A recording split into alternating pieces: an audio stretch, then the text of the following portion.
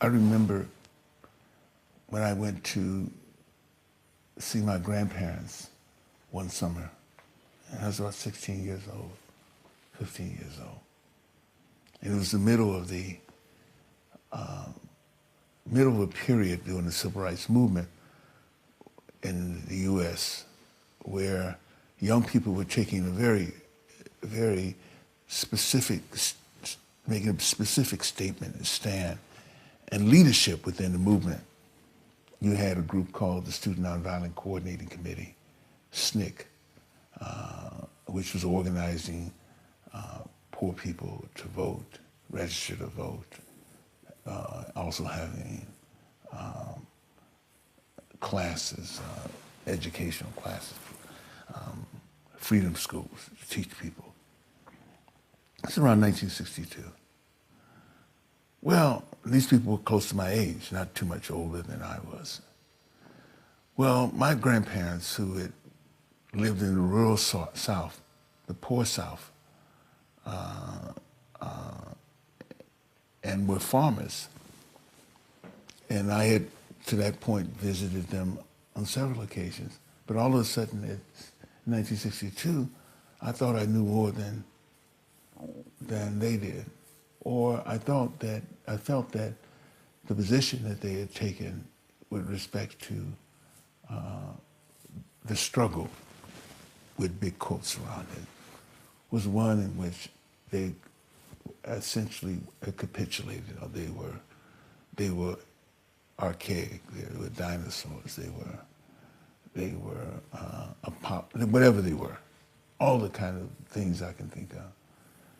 And they had lived with this sense of being called a boy, a grown man at 70 years old, being called a boy by first name, and to live with this all this life.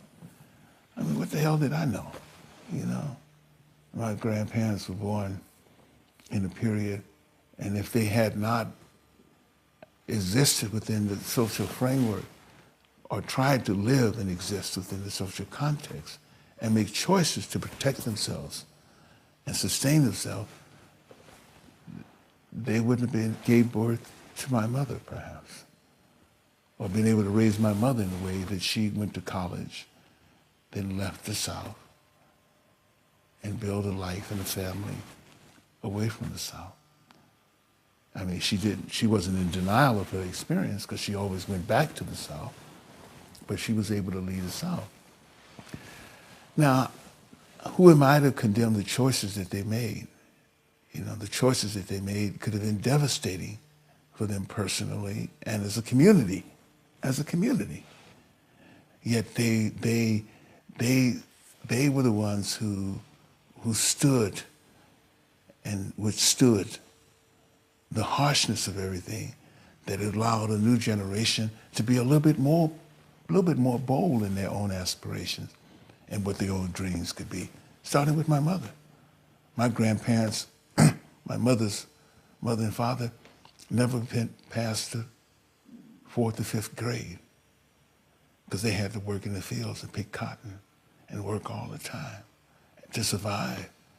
And they were born into a system which was a system which was almost one of semi-slavery. And the system they were born to was the application of new rules after the end of slavery. That's what my grandparents were born into. They were born into their slavery, then they were born into a set of conditions, social conditions, rules and regulations that were the aftermath of slavery. So they lived by that. Their whole acculturation was that. And yet within that, they had the foresight and the vision to do whatever they could to send their daughter to college. She became the first one to graduate from college. So what they did in order to survive, I can condemn them as I stand up as a 15-year-old kid thinking I know everything. But at the same time, what they did was one in which they sustained and build in order for people to come up later and to grow and prosper from that. That's my lesson that I learned. I mean, I didn't understand that lesson at 15, but as I grew older, I understood the value of that and the value of what they did, you know. I mean, who knows? I always tell people that I'm here, that when I'm in front of an audience, I often tell people that I'm here because my mother didn't have to pick cotton in September. She went to school in September and October.